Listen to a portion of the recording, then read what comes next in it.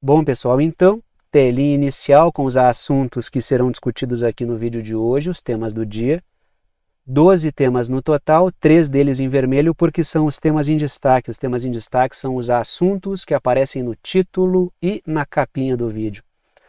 E aqui embaixo um recado que é sempre importante. A minutagem permite que você selecione na linha do tempo o tema que quer assistir, de forma que vocês podem assistir ao vídeo inteiro ou apenas aqueles assuntos que forem do interesse de vocês. E sem mais delongas, a gente parte para o primeiro tema que aparece nesta primeira matéria que eu trago para discussão. Diz a matéria: a Rússia afirma ter capturado a cidade destruída de Kurakov na região de Donetsk, na Ucrânia, que na verdade Donetsk optou por fazer parte do Estado russo. Então é preciso fazer uma pequena correção ao que essa matéria está dizendo. Mas o que me vem à cabeça quando eu abordo esses temas aí de constantes derrotas que a OTAN sofre, que a Rússia impõe à OTAN e à Ucrânia, já que a OTAN dá suporte à Ucrânia nessa guerra, e participa diretamente, na verdade, extraoficialmente a OTAN participa diretamente com mercenários, com, entre aspas, instrutores. Mas o que me vem à cabeça sempre que a gente toca nesse tipo de acontecimento, aí, nessas derrotas que a OTAN e a Ucrânia sofrem, é que a gente aborda o aspecto militar da guerra. Aí a gente dá algumas saídas e aborda o aspecto econômico da guerra, a questão das sanções. A gente aborda o aspecto político-diplomático, a gente aborda o aspecto da guerra informacional e depois a gente retorna e aborda novamente o aspecto militar da guerra. E sempre que a gente volta para o aspecto militar da guerra, existe uma constância desde o início dela de um avanço constante e de sucesso constante da Rússia. Se a gente retirar ali uns 2 ou 3 momentos minimamente positivos para a Ucrânia e aquela fumaceira que a OTAN costuma fazer, a sua guerra informacional, ataques terroristas também que são promovidos, operações suicidas como o que aconteceu em Kursk, que é uma região russa, se a gente tira esses pequenos momentos de guerra informacional, de ataque terrorista ou de alguns mínimos momentos rápidos de sucesso ucraniano, que são muito, me lembro de uns 2 ou 3 no máximo, tudo é muito positivo para a Rússia desde o início e existe uma constância aí. Esse aqui é mais um desses episódios, esse episódio aí da tomada de Kurakov, que está sendo abordado aí, é apenas mais um desses momentos. Então, o que às vezes muda a nossa percepção é essa questão do aspecto da guerra informacional, a forma como a mídia aborda as coisas, a forma como existe também uma guerra nas redes, os canais pró-OTAN fazem uma barulheira do caramba e aí criam um público que faz lá o seu barulho, enche bastante a paciência. Eu sei porque eu produzo conteúdo na rede e vocês não têm ideia da quantidade de xingamentos que esse pessoal vem me colocar aqui. Mas o fato é que, olhando para o aspecto concreto, material, com tranquilidade, baseado aí na racionalidade, há uma constância e é mais um episódio positivo para a Rússia. Está aí o Zelensky, né, uma foto que expressa aí o momento não, né, desde o início é um contexto melancólico aí para a Ucrânia. Se a gente observa os artigos postados em centros de estudos da OTAN, eu acompanho normalmente o Atlantic Council, a gente vê que no início havia uma espécie de otimismo, assim, não sei se era honesto ou não, mas pelo menos se vendia um otimismo maior. Aí conforme a guerra foi avançando, os textos eles se tornaram cada vez mais realistas. Aí a coisa foi... As projeções foram cada vez mais pessimistas em relação à vitória da Ucrânia, até que hoje a coisa é... A situação é mais ou menos, estamos aguardando uma saída minimamente honrosa, não sei se dá, mas uma saída menos catastrófica dessa guerra, que é o momento que a Ucrânia vive. Letras vermelhas. A Ucrânia perdeu 12 mil soldados, né, falando aqui desse caso de Kurakov, tá? Ela perdeu 12 mil soldados e milhares de equipamentos, que havia ali um destacamento para proteção dessa área, e ela foi perdida, ao que tudo indica, ela foi perdida por quê? Porque a Rússia fala que houve essa tomada e a mídia corporativa não nega. Quando algo desse tipo acontece, a leitura que a gente pode fazer, já conhecendo mais ou menos como é que a coisa processa, é que, olhem essa matéria, a Rússia afirma ter capturado. Se isso não fosse verdade, a mídia sequer falaria sobre isso. Quando a mídia aborda desse modo, é que ela está trazendo ali um fato, mas soltando ali a contragosto. Tá? Se vocês acompanharem desde o início da guerra, a coisa é assim. A Rússia disse que, aí depois vai se confirmando, tu vê que realmente a Rússia dominou mesmo, mas a mídia ela quis dar um tom ali para atrasar um pouco a informação. Mas falando dela, né, para não dizer que omite as informações.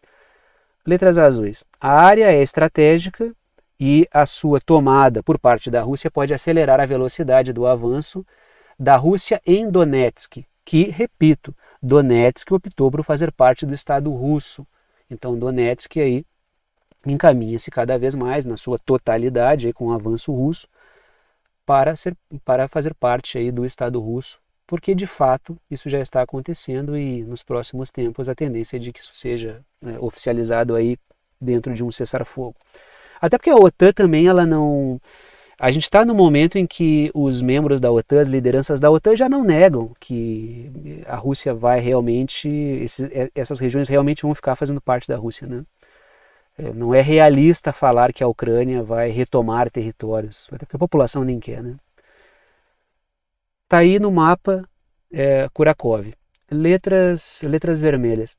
Trata-se de área fortificada, eu falei estratégica antes, né, com postos de tiro e com estruturas de redes subterrâneas. Então era um ponto importante, então é uma pesada derrota, falando do plano da realidade militar aí entre Rússia e Ucrânia, é uma pesada derrota. Sempre que se perde um ponto estratégico é uma pesada derrota que a Ucrânia e a OTAN sofrem. Não há uma grande repercussão na mídia, porque realmente é uma derrota, mas o fato é que houve aí algo que a Ucrânia e a OTAN sentem bastante. Letras azuis. A operação em Kursk fragilizou as linhas de defesa da Ucrânia. Então, quando eu falei alguns dias atrás aqui que a Ucrânia perder e ser completamente expulsa de Kursk e estar sofrendo aí uma série de derrotas nas suas linhas de defesa, é digamos assim, uma hecatombe para a Ucrânia. Por quê? Porque Kursk é o que ela tinha ali como uma moeda de troca. Seria o único fato supostamente positivo, não fosse lógico o fato disso aí representar uma operação suicida, já que a Ucrânia desguarneceu as suas linhas de defesa para conseguir promover uma incursão no território russo. Então, a partir do momento que a Ucrânia perde Kursk e é chutada dali, como a Rússia falou que aconteceria, e ela é cada vez mais rapidamente atropelada nas suas linhas de defesa, né, na Ucrânia, ali no ponto de contato Rússia-Ucrânia, ela não vai tendo nada. E conforme um cessar-fogo vai se aproximando, a Ucrânia precisa ter algo nas mãos. Então, o colapso das suas linhas de defesa, mais o fracasso em Kursk, faz com que a Ucrânia não tenha nada nas mãos. Então, é um momento especialmente complicado. Letras vermelhas. A Ucrânia tentou um novo fôlego em Kursk sem sucesso. Isso aconteceu alguns dias atrás. Houve a tentativa de alguns portais na internet, talvez menos da mídia corporativa. Só alguns canais de mídia corporativa tentaram vender aquilo ali como sucesso. Alguns nem abordaram. Alguns canais de notícia, na mídia televisiva nem se falou muito sobre isso, que eu tenha percebido pelo menos. Também não fico o dia inteiro na frente da TV, né? Eu paro ali no horário do almoço, na hora da janta, né? Normalmente quando eu estou comendo, que é para dar uma indigestão danada vendo aquela porcaria. Mas, que eu tenha percebido, não houve um grande auê em vários setores da mídia corporativa, porque sabia-se, né, que, assim como o primeiro episódio em Kursk não foi algo que tenderia a mudar o quadro, essa nova tentativa alguns dias atrás também não geraria uma grande mudança. Ela tentou um novo fôlego, mas sem sucesso, e a Ucrânia espera que Kursk seja uma moeda de troca para um cessar-fogo, por isso que a Ucrânia faz de tudo para continuar ali. Sendo que tem setores da OTAN que já falaram que a Ucrânia deveria bater em retirada para pelo menos preservar algumas das suas tropas, já que a Ucrânia já perdeu nessa investida aí contra a Rússia, no território russo, só em Kursk, perdeu algo na casa de 50 mil combatentes, é muita gente, né? A gente vai ver o Zelensky falando sobre quantos soldados a Ucrânia perdeu no geral, ele fala pouco mais do que isso aí, né? Não sei nem se ele não fala menos até. Mas na verdade só em Kursk a Ucrânia perdeu 50 mil soldados. letras azuis. A OTAN tem janela de oportunidade na posse do Donald Trump aí, né? Quando o Donaldo ele estiver tomando posse, é o momento da OTAN e dos Estados Unidos desembarcarem dessa guerra, porque ele fez a promessa aí de sair rapidamente dela, e talvez seja o momento de fazê-lo. Mas tem muitos setores que não concordam com isso, e esse arranjo final aí é bastante complicado para um cessar-fogo. Até porque precisa concordar os termos do acordo, a OTAN precisa sair preservando alguma imagem, que já nem sei como vai fazer, mas precisa preservar alguma imagem de pelo menos empate. E aí esse desenho final é complicado, já que a Rússia está numa condição de impor muitos termos ali, porque ela tem a ampla vantagem na guerra. Continuamos a falar aí desse cenário. Isso aqui é o tipo de episódio que a Ucrânia e a OTAN podem promover, é o que sobrou para ela, né, para a Ucrânia e para a OTAN. Trago a seguinte matéria: a Rússia afirma que a Ucrânia realizou ataque com 8 drones que foram abatidos já, né? Eu coloquei entre parênteses ali para deixar mais claro ali, para colocar mais informação na notícia, contra a usina nuclear de Zaporizhia. Isso aqui não é nenhuma novidade também, a Ucrânia fez isso várias vezes. Nas outras vezes que isso aconteceu, a mídia tentou criar uma confusão de que teria sido a Rússia ou a Ucrânia, mas não faz nenhum sentido a Rússia atacar uma usina nuclear que está sob o seu controle há bastante tempo, entendeu? Então a guerra começou e a Rússia já avançou, já tomou a usina nuclear de Zaporizhia, e não há motivo para a Rússia atacar uma usina nuclear que está sob o seu controle. Então, quando a mídia coloca, existe uma confusão, não se sabe se foi Rússia ou foi Ucrânia, normalmente foi a Ucrânia, para não dizer que sempre foi a Ucrânia. Porque quando é a Rússia, a mídia ela é pontual e ela coloca, ela crava, foi a Rússia. Agora, quando ela coloca, pode ter sido a Rússia ou a Ucrânia, normalmente é a Ucrânia, e ela está tentando criar ali a exemplo do que eu falei agora há pouco, né? A Rússia diz que, normalmente é verdade aquilo ali. Se não é verdade, a mídia nem comenta quando é um factoide que a Rússia cria para bagunçar. E a Rússia, claro, cria vários factoides para bagunçar. Mas quando é um factoide russo, a mídia nem replica. A mídia replica, ela fala quando normalmente aconteceu, só que ela diz que é a Rússia que disse. Letras vermelhas. A Ucrânia sempre ataca a usina nuclear de Zaporizhia quando quer chamar a atenção dos aliados, fazer uma chantagem, porque trata-se, salvo engano, da maior usina nuclear da Europa, e isso gera uma tensão. Um desastre nuclear aí seria, né, não sei se é possível gerar, eu acho que nem é possível gerar um desastre nuclear com um ataque com essa quantidade de drones aí. Mas o fato é que o objetivo é gerar tensão, é gerar temor, é fazer chantagem. Olha, se eu ficar abandonado aqui nessa guerra, eu posso apelar para o terrorismo, posso fazer uma bobagem, então não me abandonem. E aí a Ucrânia faz uma chantagemzinha nuclear, se é que dá para chamar algo nuclear de chantagemzinha, né? Para chamar a atenção dos seus aliados em relação ao apoio, que deveria dar mais, segundo o governo ucraniano. Isso aconteceu várias vezes. Sempre que há uma espécie de silêncio ou não há uma grande campanha a favor da Ucrânia, ela promove isso aí para mandar alguns recados, lógico, para os seus aliados. Letras azuis. A mídia corporativa já acusou a Rússia antes pelos ataques, né, que é o que eu comentei com vocês agora há pouco, mas normalmente é a Ucrânia, porque não faria nenhum sentido a Rússia atacar uma usina que está sob controle dela. Isso aí seria uma completa irracionalidade. Está aí a Rússia pintada de amarelo, parte dela, e a Ucrânia pintada de verde. Letras vermelhas. O que resta à Ucrânia e à OTAN contra a Rússia é apelar para o terrorismo, que é o que aparece em muitos textos de centros de estudos da OTAN como a estratégia da defesa ativa. Defender aquilo que tem dentro do possível e, quando der ali, promover algum ataque que impacte psicologicamente o povo russo. E quando um ataque é promovido para gerar um impacto de um sentimento de terror em uma população civil, sabe-se que isso aí, obviamente, o nome disso é terrorismo. Mas se o Estado promove também, isso é uma prática de terrorismo de Estado, né? Então, quando existe esse tipo de prática, isso é terrorismo. Então, a boa parte das manobras de defesa ativa que foram levadas a cabo, que foram apresentadas como defesa ativa pela OTAN, muitas delas são práticas de terrorismo, né? A Ucrânia falou várias vezes: eu quero levar o sentimento de medo ao povo russo atacando áreas civis. Bom, isso é terrorismo. Uma coisa é uma guerra e no andar da guerra haver a coisa acabar atingindo civis, mas não ser o alvo tramado e planejado não seriam civis. Agora, quando a coisa é programada e planejada para gerar um impacto nos civis, é terrorismo. Letras azuis. A OTAN busca um grande finale nuclear para manter a tensão. O ideal seria para a OTAN que a Rússia atacasse algum ponto dentro da Ucrânia com armas nucleares táticas, porque isso geraria um pânico nuclear, isso justificaria até uma manobra de maior controle sobre os membros da OTAN por parte da cúpula, Estados Unidos e Reino Unido, ali, setores financeiros que norteiam esse projeto. Mas como a Rússia não entrega isso, e a Rússia ainda desenvolveu os Oreshnik, que mandam para o espaço as coisas e não geram radiação, que são armas com alto potencial de destruição sem transportarem ogivas nucleares, fica difícil gerar esse pânico aí. Aí pode ser que a OTAN e a Ucrânia apelem para um ataque de falsa bandeira, para um terrorismo desse tipo aí, atacando a usina nuclear de Zaporíjia, até porque está sob o controle russo. Então é preciso observar. Esse final de guerra, supondo que a gente esteja caminhando realmente para um final, pode ser que a OTAN continue aí e arraste a Ucrânia para lutar até o último ucraniano.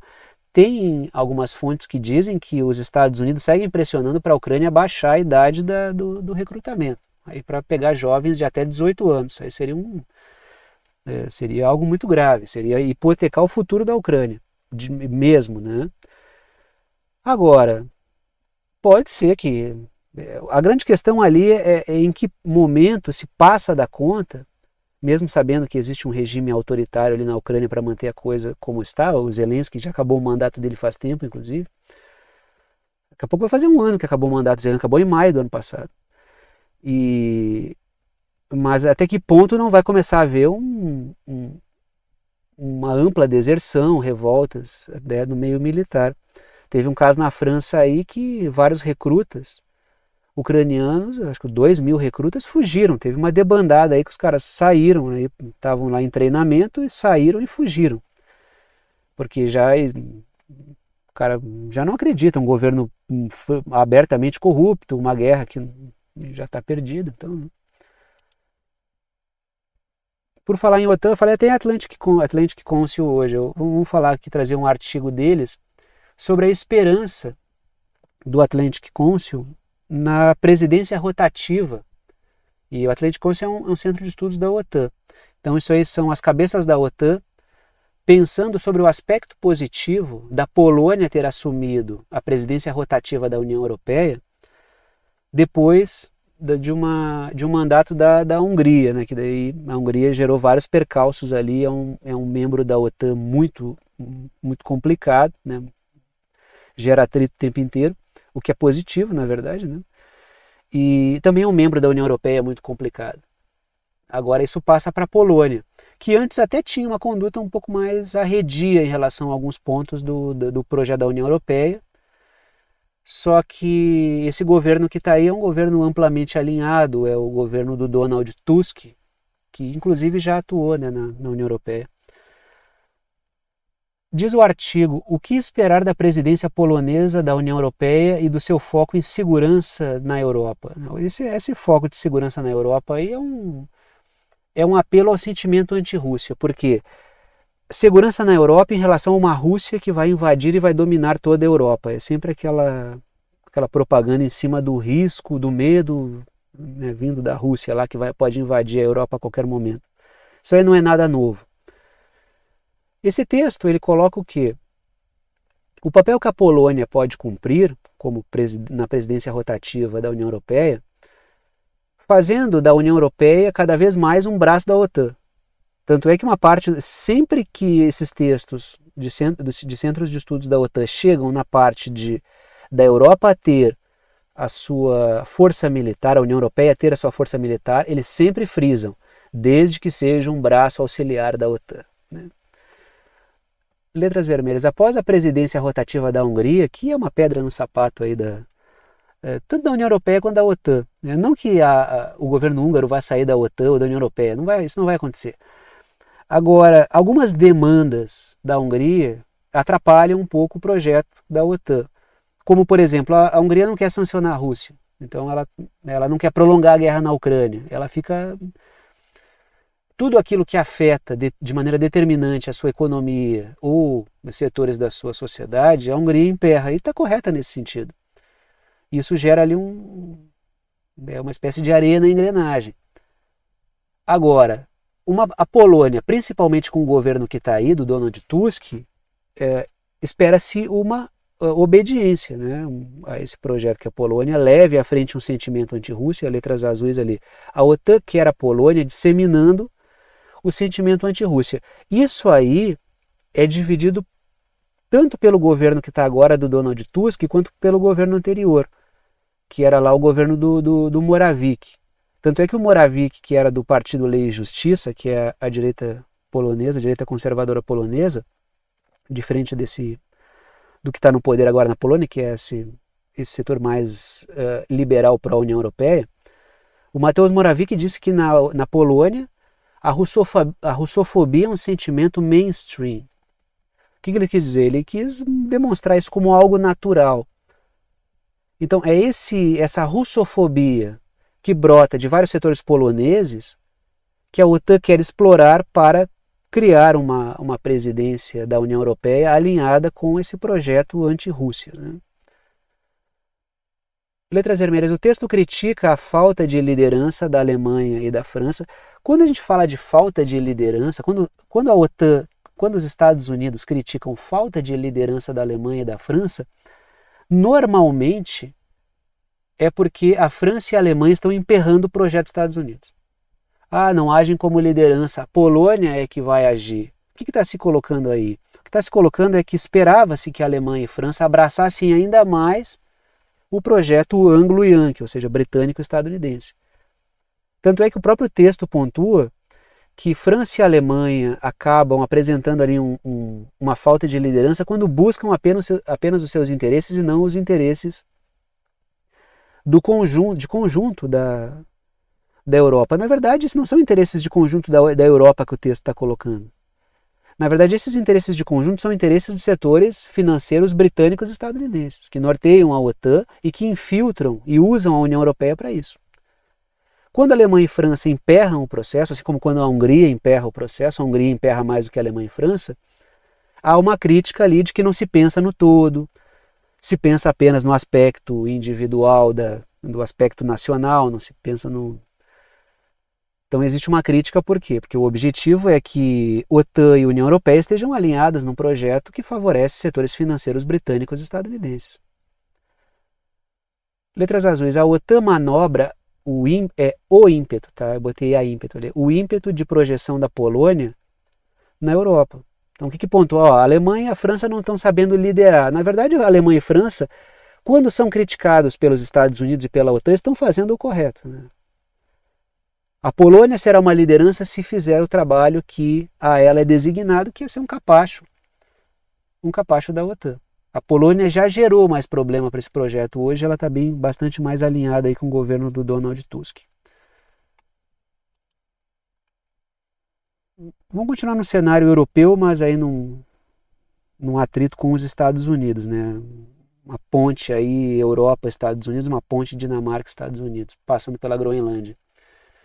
Porque o rei dinamarquês, ele muda o brasão, né, da Dinamarca em meio à disputa com o Donaldo sobre a Groenlândia. Por quê? Porque o Donaldo disse que quer a Groenlândia. Ele já falou no outro mandato dele que ele queria comprar a Groenlândia, que a Groenlândia é um território interessante, é um grande investimento. Isso é um desrespeito danado à soberania. Me parece que ele volta ao poder com uma linguagem mais abertamente desrespeitosa em relação à diplomacia. Ele parece que está voltando pior do que antes, se é que isso é possível, né? E ele está impondo, me parece que não é que ele está impondo, ele está naturalizando a linguagem dos você só terá um território se puder defendê-lo. A gente sabe que é assim, mas a diplomacia às vezes cria, né, certos percalços a quem quer tomar o território dos outros de boa, como o Donaldo está tentando fazer. Mas ele está naturalizando isso. Esse próximo mandato ele está dando algumas pinceladas ali de que eu quero, eu posso, eu pego. É algo nessa linha que ele está fazendo. A gente sabe que os Estados Unidos fazem isso, mas não falam isso à luz do dia. Usam governos capachos, usam governos fantoche, usam intermediários, infiltram agentes. Agora, tomar o território de boaça, assim, eles não, à luz do dia, né, é algo que costuma, né, ser evitado, até porque isso gera um impacto na opinião internacional. Mas me parece que o Donaldo, nesse mandato, ele já está abrindo, tentando naturalizar esse tipo de prática. Aí o que a Dinamarca está fazendo? A Dinamarca está tentando responder a isso. Aí colocaram no brasão ali, letras vermelhas. O brasão destaca mais as Ilhas Faroé e a Groenlândia. A Groenlândia está pintada de laranja, as Ilhas Faroé estão circuladas em azul, e a Dinamarca, né, que na verdade Ilhas Faroé e Groenlândia são Dinamarca. Agora, e lá circulado em vermelho está a Dinamarca em si, né? E ali as Ilhas Faroé e Groenlândia, que também são Dinamarca, mas o que ele está colocando esse pessoal tem autonomia administrativa, mas não vai ser território de ninguém. É isso que está aparecendo nesse brasão. Até porque na Groenlândia já existe uma discussão sobre a independência da Groenlândia, explorando esse atrito entre Estados Unidos e Dinamarca. Aí não sei se a Groenlândia vai buscar a independência para depois cair no colo dos Estados Unidos, ou se ela realmente está explorando o momento para se desgarrar da Dinamarca, explorando esse atrito porque sabe que será apoiada pelos Estados Unidos, porque a primeira etapa é a independência e depois os Estados Unidos querem abocanhar. Até tem base dos Estados Unidos ali, só que fique claro, né? Letras azuis. O anúncio do novo brasão é feito no contexto de visita do Donaldinho, né? O Donaldinho Júnior foi lá, né? O filho do Donaldo foi lá na Groenlândia. E isso gera uma tensão, até porque as falas... dias atrás, o filho do Donaldo, ele postou na rede que o pai dele estava comprando, como se fosse um recorte desses portais de venda virtual, estava colocando no carrinho virtual ali o Panamá, estava ali, acho que era o canal do Panamá, a Groenlândia e o Canadá, não sei se o México também estava, agora não me recordo. Mas o que é aquilo ali? Aquilo ali é uma naturalização do que eu estava falando agora há pouco, é uma tentativa de naturalizar, de legitimar esse eu quero, eu posso, eu pego, que me parece estar sendo uma espécie de gramática sendo adotada desde o princípio. Se isso vira norma, a gente caminha para um momento de realmente vísceras expostas, né? Mas o cenário de crise é assim, são momentos que muitas vezes são interessantes, até porque é uma quebra de hegemonia, mas também são bastante turbulentos. Agora vamos falar do segundo tema em destaque, né? Vamos falar do segundo tema em destaque, que é essa surra geopolítica, essa surra internacional aí que a China dá na França. Primeiro eu vou destacar o quê? O comportamento da China logo na abertura do ano. E depois eu quero destacar o quê? Uma presepada da França. Se a gente compara o que a China está fazendo com o que a França está fazendo, fica uma coisa vergonhosa. O Macron, ele protagonizou um verdadeiro pastelão de mal perdedor. Sabe, o cara que, se ele ficasse quieto, ele ganharia muito mais. Agora ele falou aquilo ali, foi uma coisa de uma brutalidade, de uma boçalidade enorme. Mas vamos falar da China antes. O principal diplomata da China vai para o continente africano, que é o Wang Yi, que aparece aí na foto para vocês, enquanto a atenção do Ocidente diminui em relação ao continente africano. Não há um projeto de parcerias, claro, do Ocidente. Não há da Europa, por causa da imagem péssima que os países colonialistas angariaram com razão ao longo da história, né? Tem que ser realmente aquela imagem ali, porque fizeram barbarismos no continente africano. E os Estados Unidos não têm um projeto claro para o continente africano. Tanto é que o Biden visitou o continente africano no apagar das luzes, aí fez uma visita a Angola. E o Donaldo, no outro mandato dele, ele nem foi. E agora nem sei se ele vai. Ou seja, a China, ela manda o seu principal diplomata, ela manda aí o Wang Yi, que é o Relações Exteriores da China, para fazer uma visita a alguns países. E abrindo o ano com isso. Letras vermelhas. A Europa vive uma crise de imagem na África, por motivos óbvios e históricos, né? E os Estados Unidos não têm projeto. Eu fui separar ali, mas acabou, né? Mas entenderam, um projeto, né? Claro, para o continente. Letras azuis. O Wang Yi visita, ele passa pelo Chad, diga-se de passagem, o Chad rompeu acordo militar com a França, passa pelo Congo, passa pela Nigéria, onde também há uma crise política e ali uma possível mudança, e também passa pela Namíbia. Ou seja, os Estados Unidos sequer têm um projeto claro para o continente africano, a Europa tem uma péssima imagem e o Wang Yi, o principal diplomata, visita para fechar parcerias com o continente africano. Diga-se de passagem, isso não é uma novidade, a China tem conseguido ótimos diálogos com os países africanos. Está aí todo mundo no mapa, o Chad, o Níger, o Congo e a Namíbia. Letras vermelhas. A China busca parceria para exploração mineral, né? Então cadeias de suprimentos e mercados, né, para a sua cadeia de suprimentos de matérias-primas, né? E mercados para a sua potente indústria. Então a China ela vai fechando aí parcerias. Existem muitas demandas dos governos africanos que a China atende, tanto é que vários governantes de países africanos colocam que enquanto os Estados Unidos e os membros da OTAN no geral chegam com blá blá blá democracia e não resolvem problemas concretos que os países possuem, a China chega com soluções, chega com dinheiro, chega com infraestrutura, geração de energia, dessalinização da água, como a gente já viu, escolas, postos de saúde, e ela é como se tu criasse uma estrutura para que as coisas pudessem funcionar, né? Então, a sociedade ela precisa estar pronta ali para que haja realmente um cotidiano, uma rotina de trabalho. Então a China ela chega com isso, enquanto o Ocidente não tem respostas para essas questões. Por quê? Porque o Ocidente ele não se acostumou a uma lógica de ganha-ganha. Ele tem uma lógica de exploração. E como hoje ele perde a hegemonia, ele não consegue dialogar em termos minimamente horizontais. E vai ter que aprender. Tanto é que a próxima matéria que eu vou trazer daqui a pouco aqui, do Macron falando coisas terríveis, revela o que? Essa bestialidade de quem perde a compostura quando não consegue explorar. Então, quando consegue explorar, o que? É engravatado, é cheiroso, perfuminho francês, champanhe na taça de cristal e fala bonito. Quando começa a perder espaço e é obrigado a falar de igual para igual, aí age que nem um urso faminto. Por quê? Porque essa é a realidade brutal do neocolonialismo francês.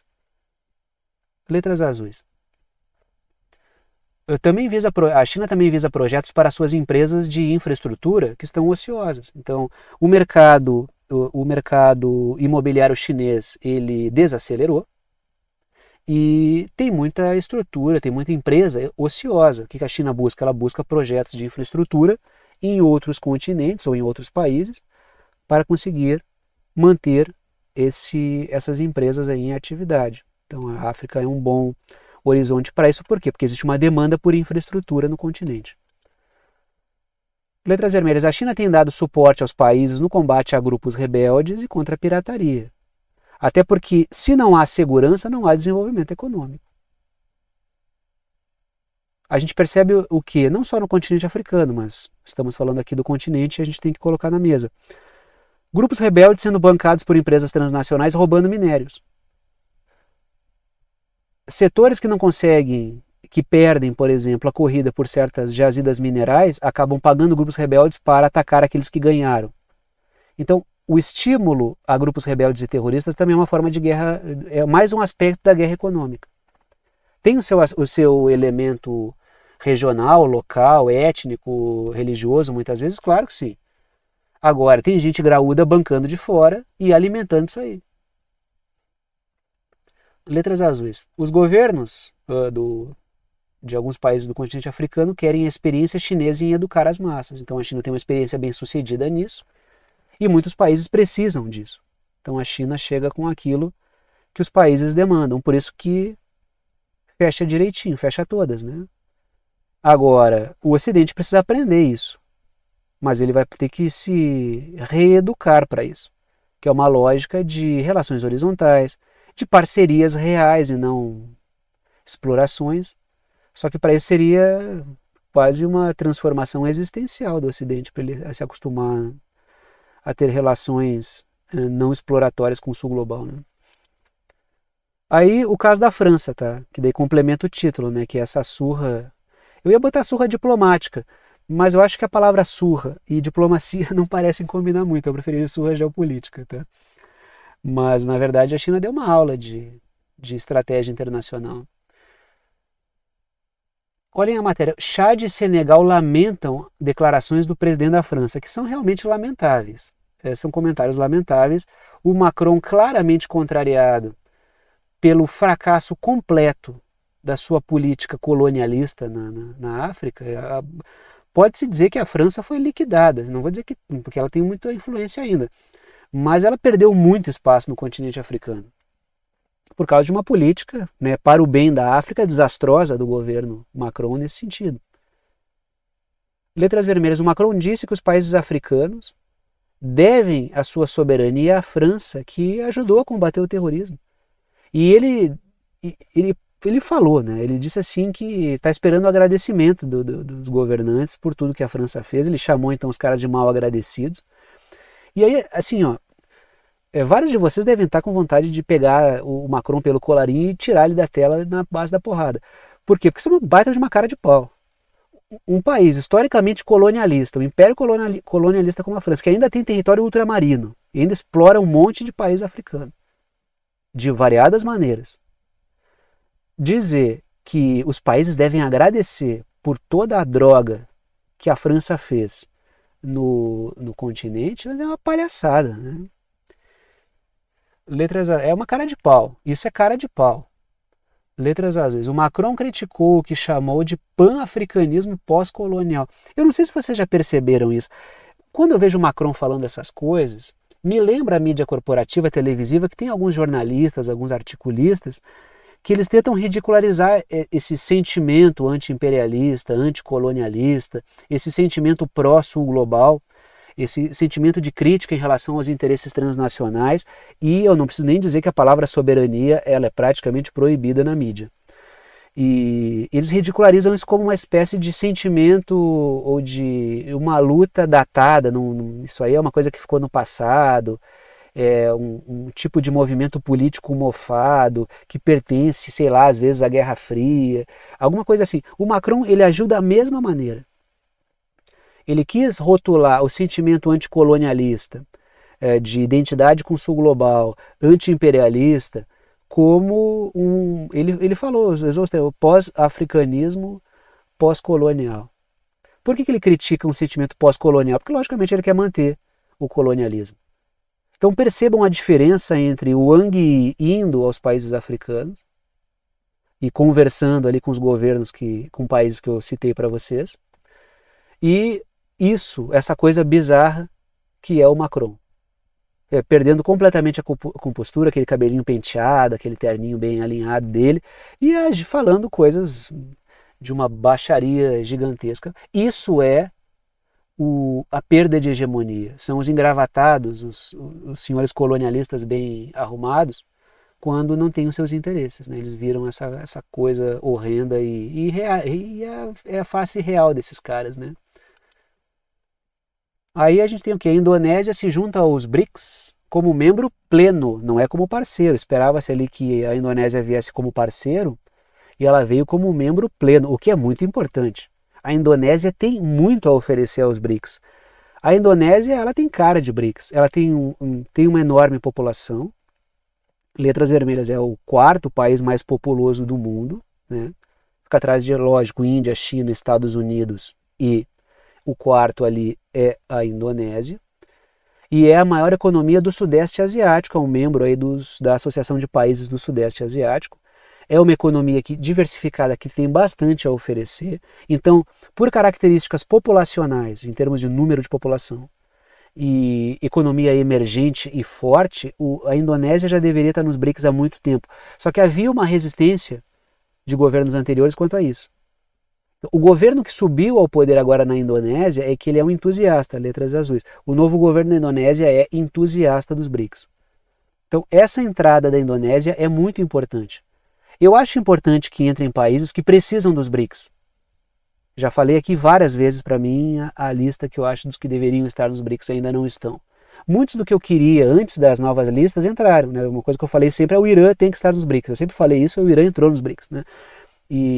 Só que eu acho que os BRICS também precisam de certos países, entendeu? Então, tem países que precisam dos BRICS, porque são sancionados, são isolados, são atacados, mas tem países que têm muito a somar também, os BRICS precisam desses caras.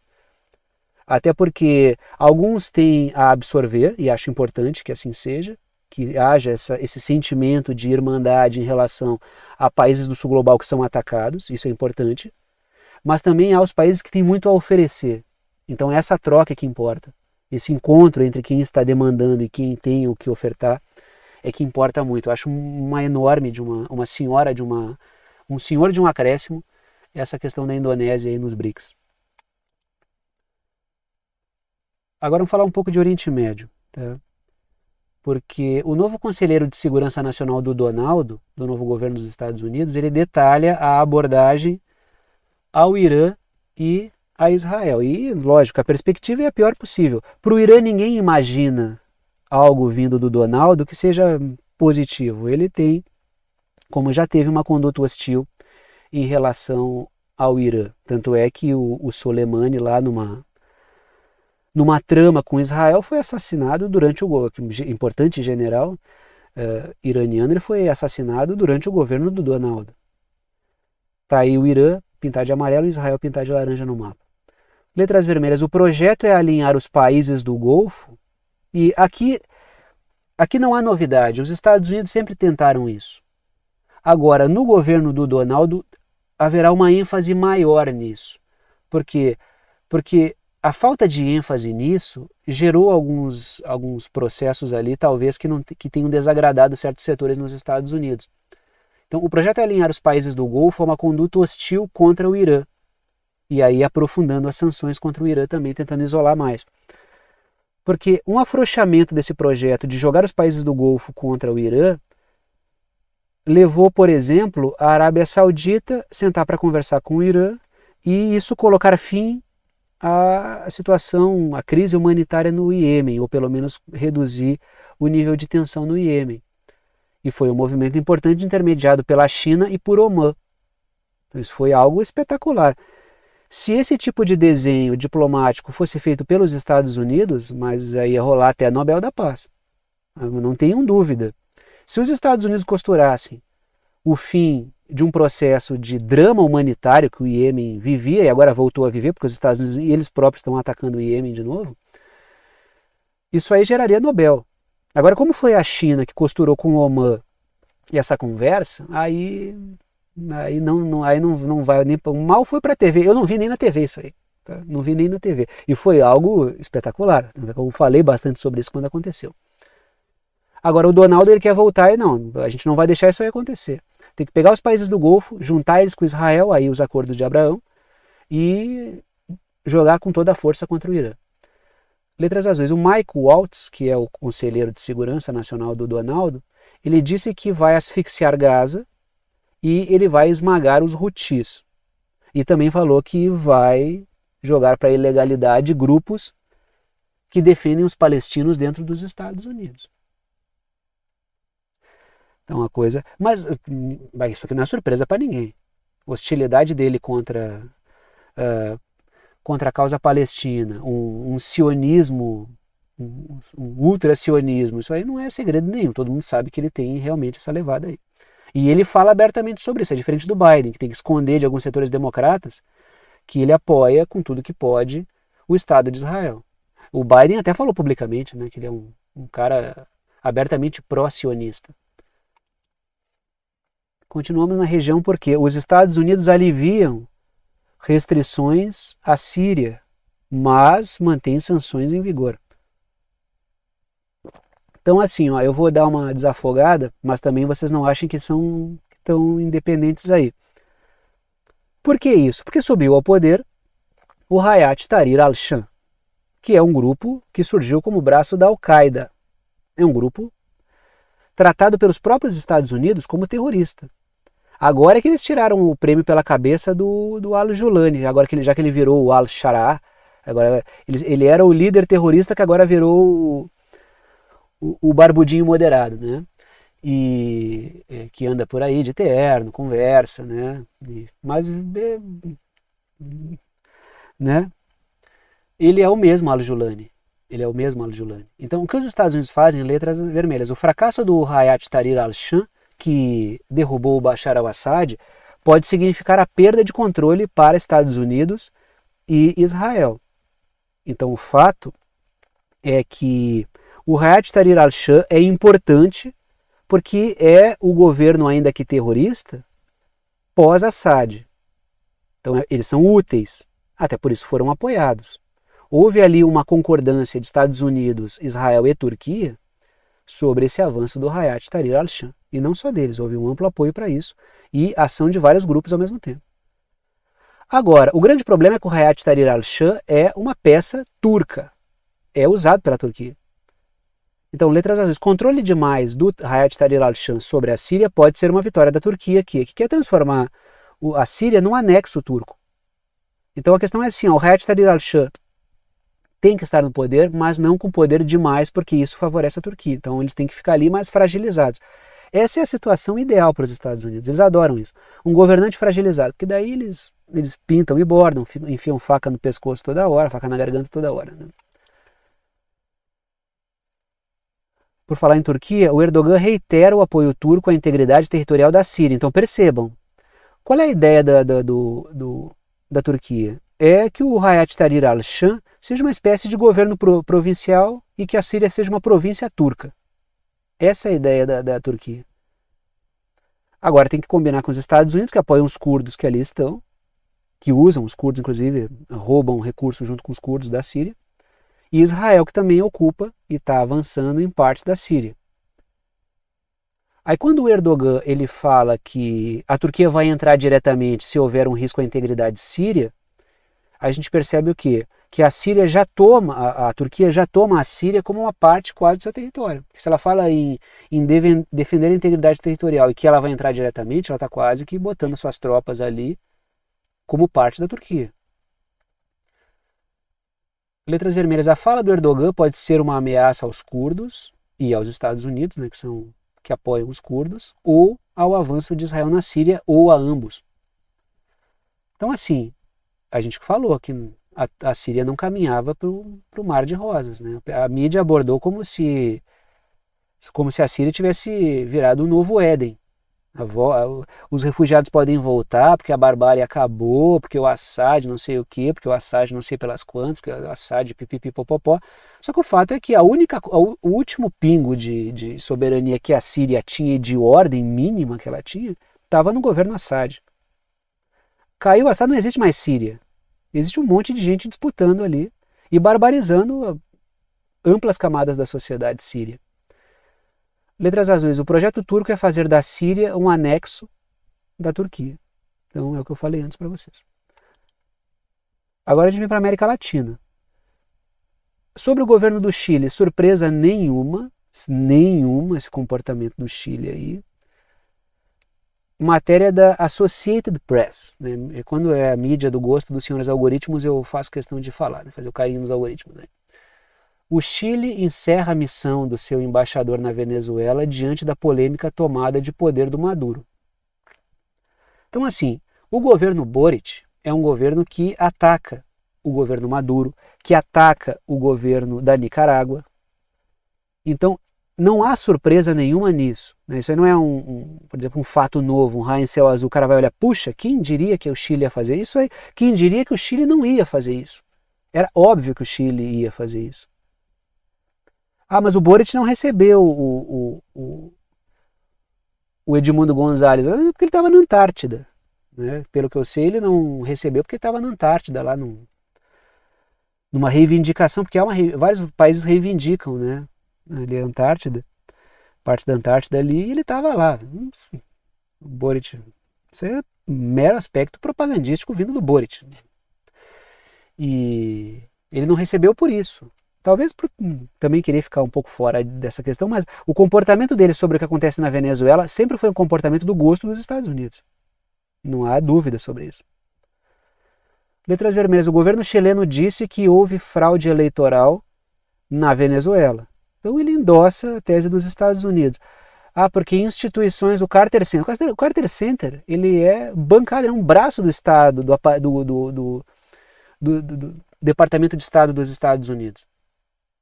O Carter Center, qual é a neutralidade e isenção do Carter Center? Uma instituição dos Estados Unidos dizendo que o Maduro não deve ser presidente, mas não é nenhuma novidade.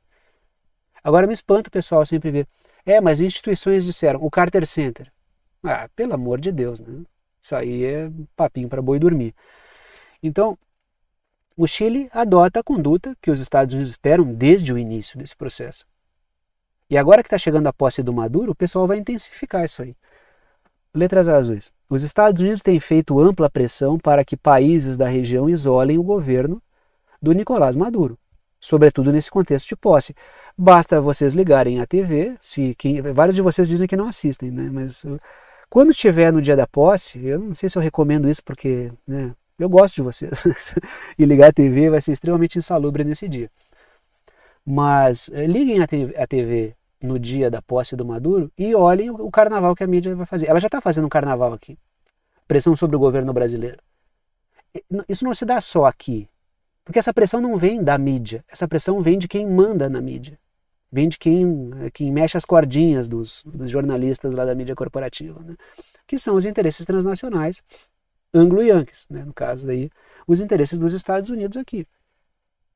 Que é pressão para que os governos passem longe da posse e que, mais do que isso, não é nem se isentar, é que se posicionem contra o governo Maduro. E o tipo de presepada que está se armando a gente ainda não sabe. Vão mandar o Edmundo Gonzalez de volta para ser preso lá, para gerar uma ampla crise? O projeto mais claro e mais óbvio me parece esse. Mas antes o Edmundo Gonzalez ele não quis fazer isso. Ou pelo menos me parece que ele fugiu da missão. Porque, né, pela idade, talvez pela estrutura do cara mesmo, ele não quis. Ele acabou indo para a Espanha, mas pode ser que ele seja mandado de volta, ele está ali para isso, né? A prisão dele geraria palco para uma crise. A Venezuela não está nem aí. Se ele pisar lá, é provável que ele seja preso. E aí vai se abrir uma crise. Na verdade, quem está torcendo mais para o Edmundo Gonzalez não ir e não ser preso são até os governos da região, que vão ter que falar mais, vai ter que condenar, vai ter que cortar relações. Então, boa parte dos governantes que querem ficar em cima do muro estão torcendo para o Edmundo Gonzalez não ir à Venezuela e não ser preso. Porque se for, aí vai ser... Aí a mídia ela vai derrubar toda a grade, né? Se o Edmundo Gonzalez for preso, se preparem para ficar pior ainda. Derruba a grade, não tem mais programação, aí é só o Bom Dia Edmundo Gonzalez... Edmundo Gonzalez no almoço, Edmundo Gonzalez Esportes, né? Daí vai ser só, vale a pena ver o Edmundo Gonzalez de novo. Então vai ser só isso, o tempo inteiro. Se ele for preso, vai ser uma chatice. Então eu acho que pode passar por isso, entendeu? Mas pode ser que a trama seja outra. Continuamos aí, né, nesse tema, né? Agora falando sobre o Diosdado Cabello, que é um componente ali do governo venezuelano. Ele diz que o Ivan Duque e o Álvaro Uribe, que são políticos colombianos, eles financiam Maria Corina Machado com o dinheiro do tráfico de drogas, que também alimenta os grupos paramilitares que atuam na Colômbia. E lógico, tudo isso aí fazendo parte da lógica do funcionamento de estratégias dos Estados Unidos. Já falei várias vezes aqui que os Estados Unidos usam a Colômbia como uma base para operações na região. Tanto é que a gente vê algumas tentativas de golpe na Venezuela partiram da Colômbia. O assassinato do Jovenel Moïse no Haiti partiu da Colômbia. Então a gente vê o quê? Que além dos Estados Unidos terem base na Colômbia, os grupos paramilitares têm relações diretas com políticos e setores empresariais colombianos que são conectados aos Estados Unidos. E o narcotráfico colombiano tem relações e canais abertos tanto com a CIA quanto com o Departamento Antidrogas dos Estados Unidos. Então é realmente uma base de operações. E o que o Diosdado Cabello está dizendo aí é que a Maria Corina Machado ela é bancada por isso. Tanto é que vários grupos que bagunçaram ali, certamente, né, até porque a Venezuela já disse estavam ligados a grupos paramilitares e grupos criminosos que entraram pela Colômbia. Letras vermelhas. A Colômbia é a base para muitas operações dos Estados Unidos de desestabilização na região. Então, o que o Diosdado Cabello é uma denúncia grave porque ele está dando nomes aos bois ainda. Está falando do Ivan Duque, do Álvaro Uribe e da Maria Corina Machado. Mas, na compreensão geral, e para quem conhece a história das intervenções dos Estados Unidos aqui na região, não há nenhuma novidade aí. Não tem nenhuma novidade aí. Letras azuis. Nem a Maria Corina Machado. Ela já tentou participar de golpe, ela já atuou em tentativas de golpes outras vezes, tanto é que ela nem pôde concorrer. Tá? E ela tem, né, todas as suas relações com os Estados Unidos. Letras azuis. Os Estados Unidos têm estreita relação com o narcotráfico, não só na América Latina, né? Tem uma relação com o narcotráfico no mundo todo. Tanto é que eu falei várias vezes da questão do Afeganistão aqui, que era usado para isso. A invasão do Afeganistão teve a ver com o negócio da heroína, não teve nada a ver com combate ao terrorismo ou vamos derrubar o Talibã. O Talibã foi derrubado do poder porque ele começou a incinerar a produção de papoula lá no Afeganistão, que é de onde sai a heroína que abastece os mercados europeus, né, os mercados de droga europeus. Então, e é um negócio bilionário, bilionário. Até pesquisem, quem tiver dúvida, pesquisem aí a quantidade de dinheiro que o pessoal movimentava com o negócio da droga, não só da droga, né? Se geram outros produtos a partir da papoula, mas estou falando aqui da questão da droga. A quantidade de dinheiro que isso aí movimentava, tá? É uma cifra gigantesca. E o povo afegão vivendo muito mal. E eles fazendo esse trabalho a partir do caos, né? O Afeganistão virado num caos e os caras ganhando dinheiro lá. É o que os Estados Unidos fazem quando não conseguem governar indiretamente um país. Quando eles não conseguem botar um fantoche seu que presta continência toda hora e está toda hora lá batendo cartão, quando tem uma sociedade que é mais insubmissa, eles impõem o caos e deixam o caos ali o tempo inteiro e ficam ganhando dinheiro no meio desse caos, vendendo arma, em acordo com o grupo narcotraficante, armando não só as forças de segurança, como também os criminosos para alimentar o caos. E esse é o jogo dos caras, né? Jogo pesadíssimo. Aí chegamos no momento final do vídeo, no momento de passar o chapéu, pedir o apoio financeiro para aqueles que gostam, querem e podem apoiar o canal, para aqueles que veem que o canal é importante para a formação da sua compreensão sobre temas internacionais e geopolíticos. Sempre comento com vocês que apenas os anúncios e propagandas que aparecem ao longo do vídeo não garantem a existência do canal. Se eu fosse depender apenas da receita das propagandas, ficaria difícil manter esse trabalho com o nível de dedicação que ele exige. De forma que o que mantém efetivamente esse trabalho é o apoio financeiro dado por alguns de vocês, a quem eu sou extremamente grato pela confiança no trabalho. Estão aí as 3 formas de apoio, não estão em ordem de importância, todas as 3 são bem-vindas. Coloco 3 para que vocês optem por uma delas, aquela que for mais prática para vocês. Seja lá que maneira vocês escolham para apoiar o canal, vocês apoiam com o valor que vocês quiserem, uma ajuda solidária. Ajuda quem pode, ajuda quem quer e ajuda com quanto quiser. E o conteúdo fica aberto para todo mundo. Primeira forma de apoio por boleto bancário ou cartão de crédito pela plataforma Apoia-se, está aí o endereço, o link, o site do Apoia-se, que é uma plataforma de apoio virtual. Segunda forma de apoio é pelo Pix, está aí a chave Pix, que é uma chave de e-mail. Tem gente que usa o número do celular, o número do CPF, o número do CNPJ como chave Pix. Eu uso um e-mail. Se vocês escreverem, digitarem lá na chave Pix, pixverdadeconcreta@gmail.com, vai aparecer o meu nome, que é Thiago, e vocês podem fazer a doação com o valor que vocês quiserem. Terceira forma de apoio é pelo botão Seja Membro, o botão fica embaixo do vídeo, ajuda aqui direto pelo YouTube. Tem várias faixas de valor, vocês escolhem aquela que estiver dentro do valor que vocês quiserem apoiar. E repito, as 3 formas são bem-vindas. Repito também, agradeço aos que apoiam pela confiança no trabalho. Vou parando por aqui e tchau para vocês.